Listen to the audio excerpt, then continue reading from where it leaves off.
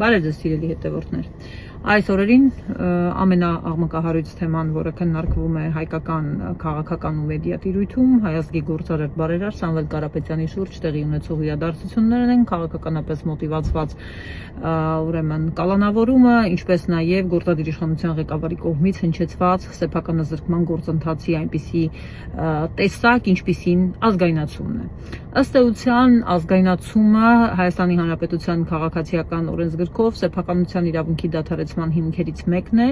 որը կարելի է ասել, հաշվի առնելով այն հանգամանքը, որ քաղաքացիական օրենսգիրքը ընդունվել է 1998 թվականին, մնացուկ է դեռևս խորհրդային ժամանակահատվածից, երբ որ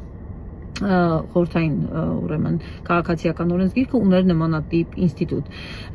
Այս հոդվածը, այս ինստիտուտը նախատեսում է քաղաքացիական օրենսգրքով, որ կարելի է օրենքով դադարեցնել սեփականության իրավունքը, ըստ էության խլել մասնավոր սեփականատիրոջից գույքը օրենքի հիման վրա եւ ամբողջությամբ հատուցելով գույքի արժեքը եւ վնասները։ Սա չափազանց կարևոր նշանակություն ունի, բայց ել ավելի կարևոր նշանակություն ունի, թե պատմականորեն այս ինստիտուտը ինչպես որտեղերում է գործածվել եւ միջազգային իրավունքը այս տեսանկյունից ինչ է ասել մինչ օրս։ Ամենապարզ անգամ պատմությունը, եթե ձեզ կհետաքրքրի, կարող եք տեսնել, որ ազգայնացման ինստիտուտը առավել հաճախ օգտագործվել է բնականաբար խորհրդային ժամանակահատվածում բոլշևիկների կողմից, որպես հեղափոխական, այսպես ասենք, ինստիտուտ, օգտագործվել է Ֆրանսիայում հետ երկրորդ համաշխարհային պատերազմից հետո ընկած ժամանակահատվածում, օգտագործվել է Վենեսուելայում, ուրեմն Ուգո Չավեսի ժամանակահատվածում, օգտագործվել է Եգիպտոսում, շատ, այսպես ասենք, էքստրաօրդինար բացառիկ հանգամանքներում բացառիկ դեպքեր են, որոնք այս ինստիտուտը կարելի է համարել, որ կիրառվել է, բայց բազմաթիվ են նաև դեպքերը, երբ որ փորձ է արվել նմանատիպ գործողության գնալ եւ միջազգային ատյանները, լինի մարդու իրավունքների եվրոպական դատարանը, թե օրինակ ուրեմն ներդրումների պաշտպանության ըստ ներդրումների հետ կապված վեճերի լուծմամբ զբաղվող արբիտրաժը քննարկել է այդպիսի վեճեր եւ հօգուտ սեփականատիրոջ որոշումներ կայացրել։ Միջազգային իրավունքը ըստ էության ելնում է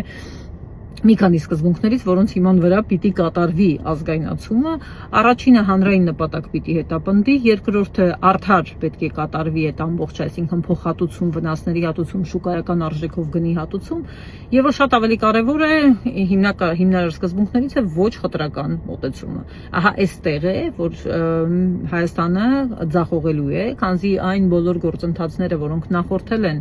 այդ հայտարարությանը ազգայնացման բարձրաձայնմանը, ակնհայտ ցույց են տալիս խտրական եւ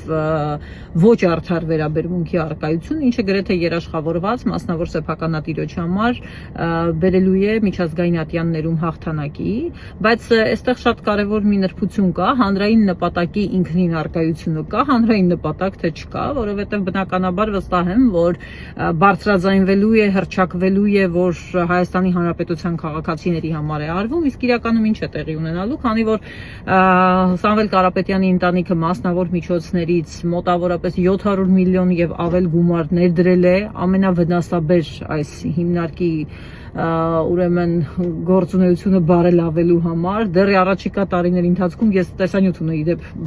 բացարձակ անկախ օրեր առաջ նկարած,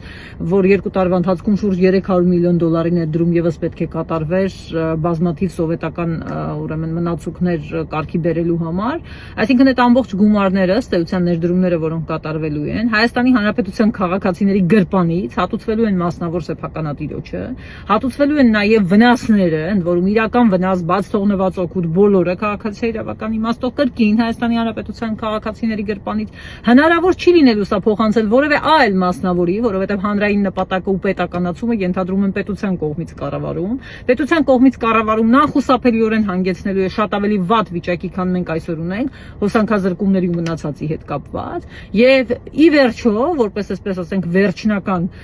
արդյունք ստացվելու է այնպես, որ հետ է վերադարձվելու սեփականատիրոջը այդ գույքը, որովհետև բոլոր սկզբունքները միջազգային խախտված են լինելու։